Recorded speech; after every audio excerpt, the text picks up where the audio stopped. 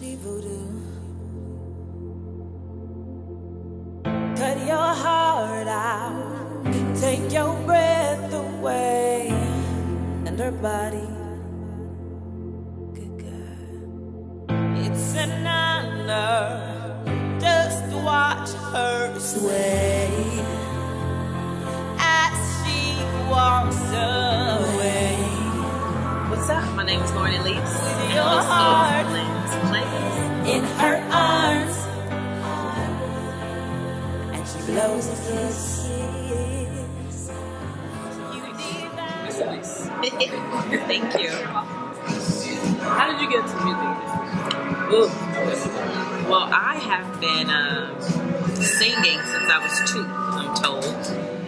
I started writing at like 13 after I listened to some of my favorites like Jill Scott and whatnot. I was literally like just trying to imitate him. Like, I was a kid, what did I know? But I started writing poetry and whatnot around then. I fell in love with poetry, so naturally I blended music and poetry, and I became a songwriter. For as long as I can remember, basically, I've been singing.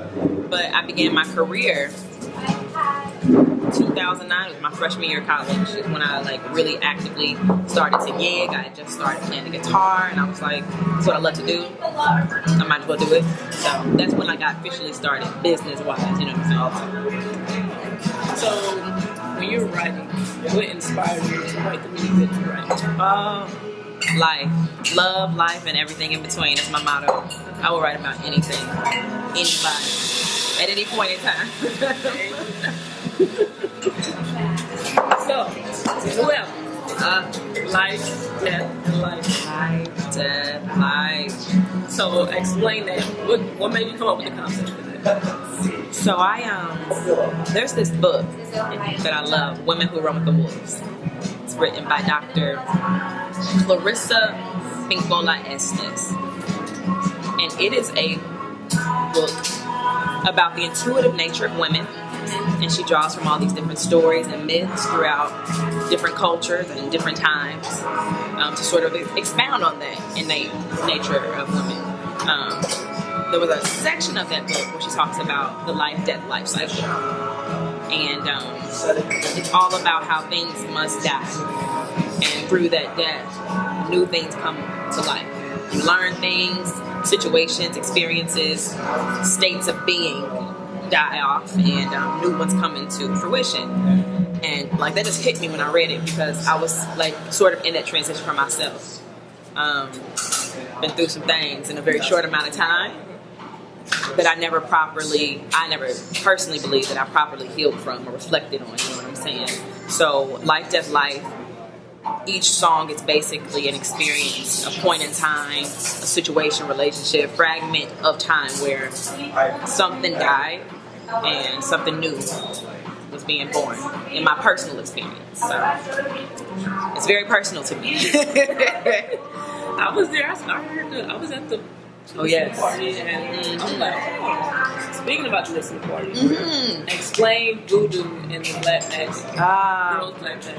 Voodoo. So, because a lot of people think that it's like witchcraft and everything else. Yeah. But when you explained it, it made perfectly good sense.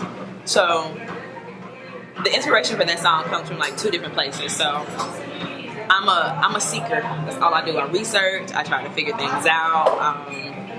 Come into different states of belief and just ascertaining new knowledge. So, you know the whole phenomenon with Black Girl Magic, hashtag Black Girl Magic, this whole empowering sort of movement that had just sprung up for Black women. I'm all for it. But like, I'm a straight person. I just be thinking about shit. So I was thinking to myself, I was like, Black Girl Magic. Black Girl Magic. Black magic. Like, you know? Yeah. And so that naturally led me to think about voodoo. And for me, I don't practice voodoo. I don't know much about it, you know? No judgment to people who do practice it.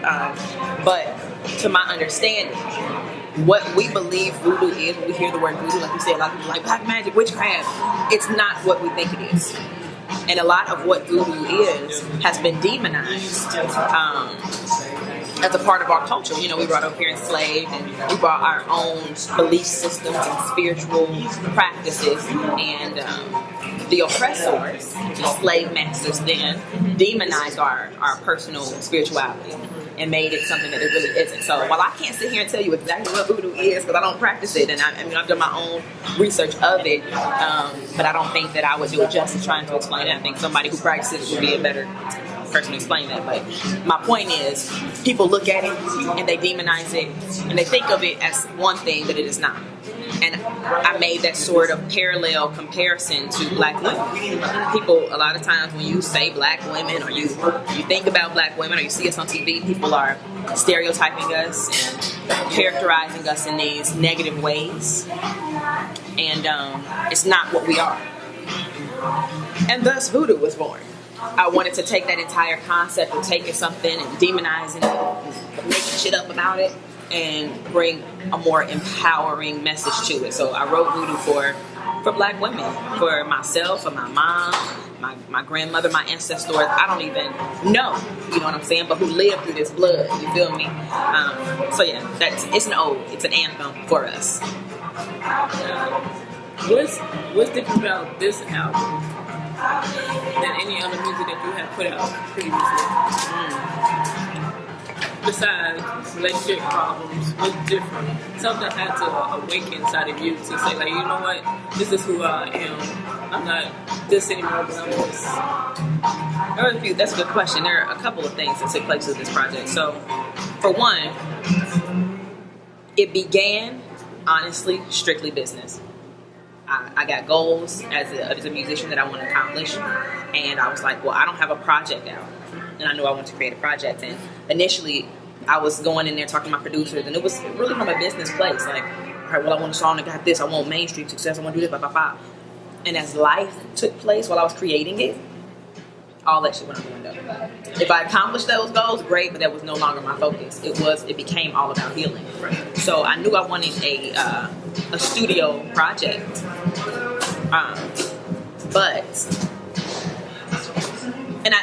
I should correct myself. I knew I wanted a studio project, and I knew that I wanted to, sort of not distance myself per se, but provide another face to myself and my music, because a lot of people who see me out live, and primarily how I travel, they just see me and my guitar, which I love. That's music, and that's the foundation of what I do, but that's not all I do. So I really wanted to showcase everybody, look, I write all my own stuff. It doesn't have to be acoustic. I can take this acoustic music, build to it, and create a whole new sound. And it doesn't have to be confined to one genre. It's not just singer-songwriter. It's R&B, it's pop, it's rock, it's soul, it's blues, you feel me? So I definitely wanted to do that.